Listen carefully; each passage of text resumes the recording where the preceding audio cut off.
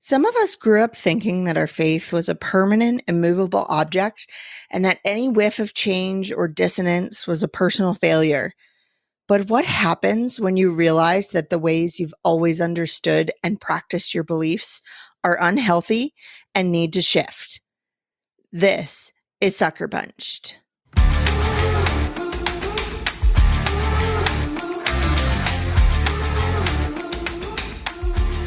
When it comes to clothes and shoes, I'm willing to spend a little more money on something that fits well and is super comfortable. And if something will last forever and is made of sustainable materials, take my money. This is exactly why I love Rothy's shoes. I've got 3 pairs and I'm always eyeing their new designs. I continue to be impressed by the durability and comfort of a shoe made from recyclable materials, and I adore having a fun pop of color on my feet. My first pair were cherry red, and I think they're still my favorites. And when they get tired and sad looking, throw them in the wash for a refresh, and they'll look as good as new. You deserve comfortable, sustainable, and stylish shoes, and Rothy's got them for both men and women in several incredible styles. Get $20 off your order when you use the link beckylmccoy.com/Rothys. That's beckylmccoy.com/ROTHYS.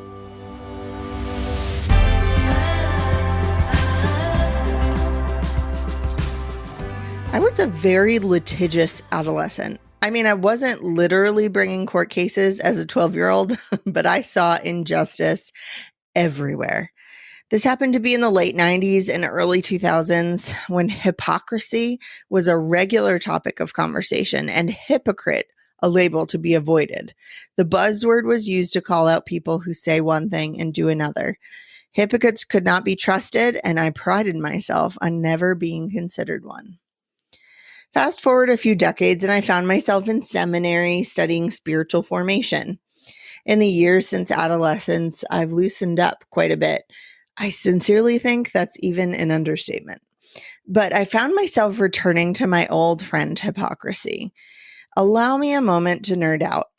2 of my favorite theological terms are orthodoxy and orthopraxy, right beliefs and right practices, respectively. I don't even think figuring out what the right ways of believing and practicing your faith are the most important aspects of these 2 terms.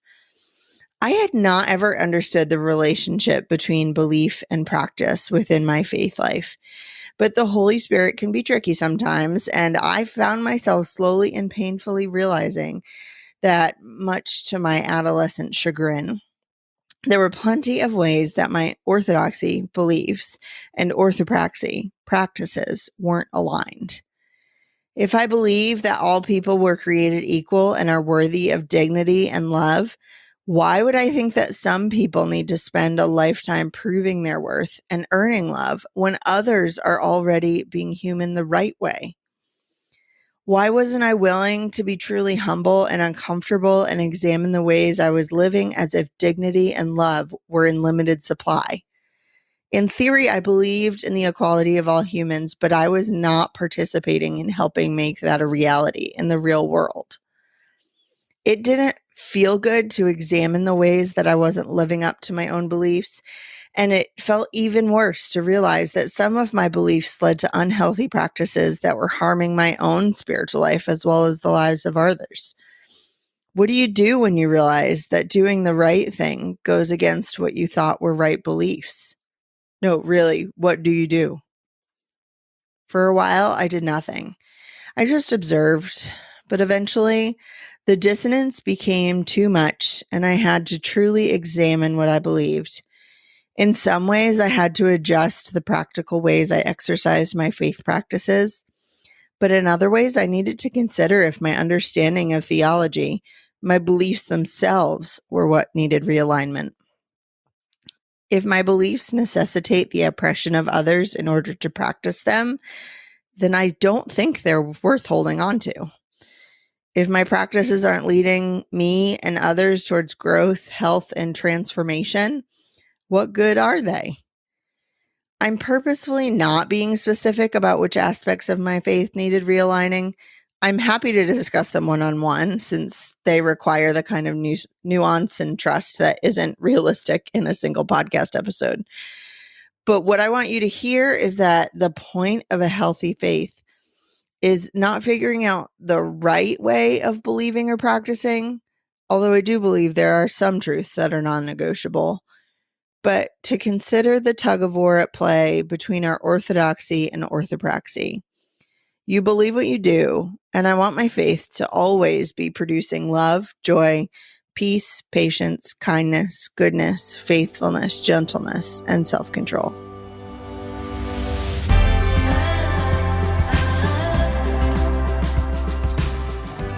Here are some books to help you examine the ways your beliefs and practices are related to each other. Emotionally Healthy Spirituality by Peter Scazzero. A Deeply Formed Life by Rich Villodas, and Sacred Rhythms by Ruth Haley Barton. You'll find links to these along with a full transcript of this episode at beckylmccoy.com/podcast/73.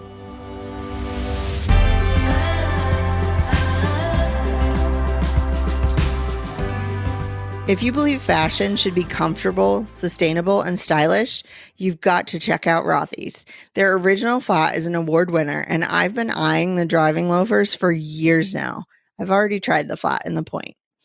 Get $20 off your order when you use the link beckylmccoy.com/Rothy's. That's beckylmccoy.com/ROTHYS.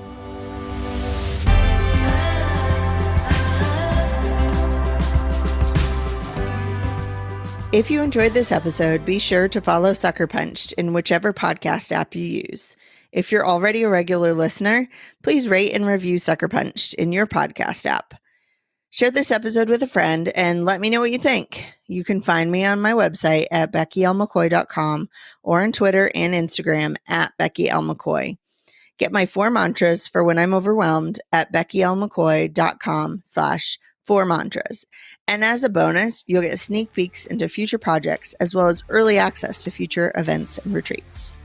If you found this episode encouraging or helpful, share it with a friend. And remember, it's okay to change the ways you understand or practice your faith when you discover dissonance and misalignments. You're doing great.